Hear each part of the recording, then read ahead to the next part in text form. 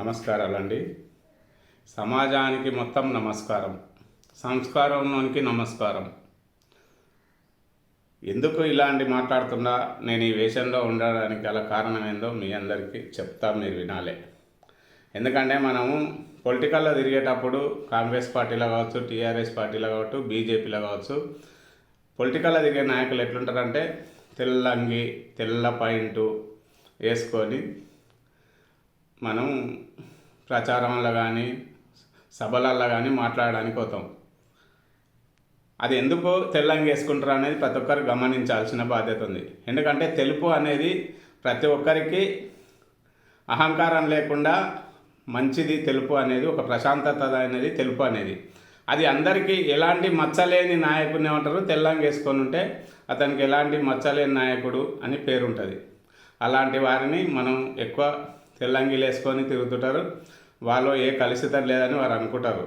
కానీ ఏదైనా కానీ నాయకుడు కానీ సమాజంలో గౌరవించబడాలంటే ఫస్ట్ నువ్వు వేసుకున్న అంగికి నీ ఇంకా ఎంతమంది ఆకు మిచ్చిరా, ఏమన్నా బురద రుద్దినరా, ఏమన్నా పెన్నుతో గెర్రలు పడ్డాయా, వాడు ఏం చేస్తున్నాడు అనేది ఆలోచించకపోవడము ఇది మంచిది కాదు. ఎందుకంటే నేను మంచిగా చేస్తున్నా, ముంగలి చూపు మాత్రమే ఉంది, ఇంకా నాకేం జరిగినా ఆలోచన లేదు అనేది జరుగుతుంది ఈ సమాజంలో ఇప్పుడు. ఎందుకంటే ఎంతసేపు ఉన్న సొంత నిర్ణయాలు, ఎవరిని ఏది ఆలోచించకుండా. ఇప్పుడు ఒక లీడర్ని మనం గెలిపిస్తాం, ఆ లీడర్ లేదని ఇంకో లీడర్ని గెలిపిస్తాం. ఆ లీడర్ కూడా అట్లే ఉంటే ఎవరికి చెప్పుకోవాలి ఈ పరిస్థితి? ఇప్పుడు కాంగ్రెస్ పార్టీ మంచిగా చేస్తుంది, ప్రజలకు న్యాయం చేస్తుందని కాంగ్రెస్ పార్టీని గెలిపించినాం. అందులో ఉన్న నాయకులు కూడా అట్లే చేసి గతంలో ఉన్న నాయకులకే సహకరిస్తే ఇక అది మంచి దారి పడుతున్నట్ట, చెడ్డ దారి పడుతున్నా అనేది మీరందరూ అర్థం చేసుకోవాల్సిన బాధ్యత తీసుకోండి.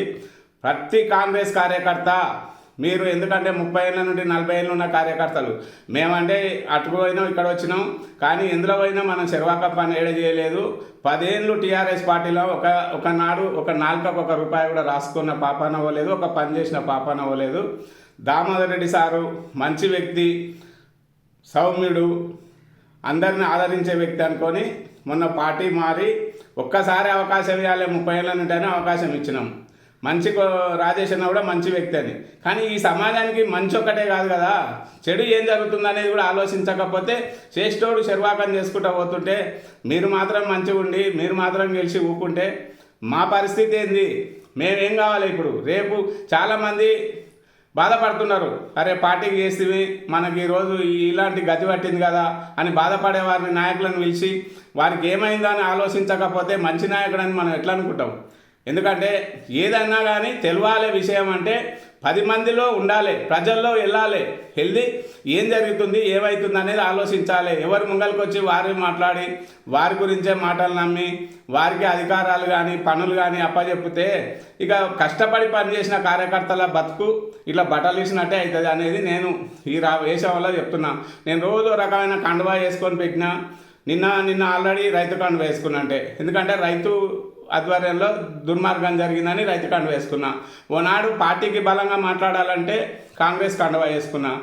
ఎన్నో రకాల వేషాలు వేసి ఎన్నో రకాల జాతీయ నాయకుల విగ్రహాలు పెట్టుకొని మనము ధర్మాన్ని కాపాడాలి, ఈ సమాజాన్ని కాపాడాలి ముంగలిపోతుంటే ఇప్పుడు ఓటేషన్లో పెట్టిన నాయకుడు మనకు సర్దారు చేయకపోతే మనం ఏం చేయలేము. ఎందుకంటే ఎంతసేపు ఉన్నా సంతకం అనేది పవరు, పదవి అనేది పవర్ ఉంది. ఇవాళ రేపు 100 మాటలు ఉత్తి మాటలు చెప్తే వేస్ట్ అనేది మీరు అందరూ ఇది గమనించాల్సిన బాధ్యత. ఎందుకంటే పార్టీ లైన్ తప్పి పోకూడదు, ఎక్కడ పార్టీని ఎక్కడ విమర్శించవద్దు అని పైన మాట్లాడతారు, కిందికి వెళ్ళే రావాలని ఆడ రేవంత్ అన్న టీం మాట్లాడుతుంది. ఇక్కడికి వస్తే వీళ్ళంతా అవకతవకలు, ఎవరిని ఏం చేయాలో అర్థం కాని పరిస్థితి. ఎందుకంటే పార్టీని విమర్శించాలా, ప్రజలను విమర్శించాలా, మనం ఇంట్లో వండుకోవాలా, ఓట్లు వేయించుకొని ఇంట్లో వండుకుంటే ఏం పద్ధతి అని మళ్ళీ ఇట్లా అనిపిస్తుంది. ఎందుకంటే ఆయన మైకులు పట్టుకొని మాట్లాడుతుంది, కాంగ్రెస్ పార్టీకి గెలిస్తే ఇట్లా జరుగుతుంది అట్లా జరుగుతుంది, అన్యాయం అయింది టీఆర్ఎస్ గవర్నమెంట్లో, మనకి ఇప్పుడు న్యాయం జరుగుతుంది అని మాట్లాడుతుంది. ఈరోజు ఇట్లా వండుకుంటే ఏమనుకుంటా అంటే వీడు ఎప్పుడు చెప్పడమే కానీ చేయడం ఏంది ఉండదు. దళిద్రులు ఈ కొడుకులు ఉట్టిదే 30-40 ఏళ్ళ నుండి జోలు చెప్తారు కానీ ఏది మంచి జరగదన్న.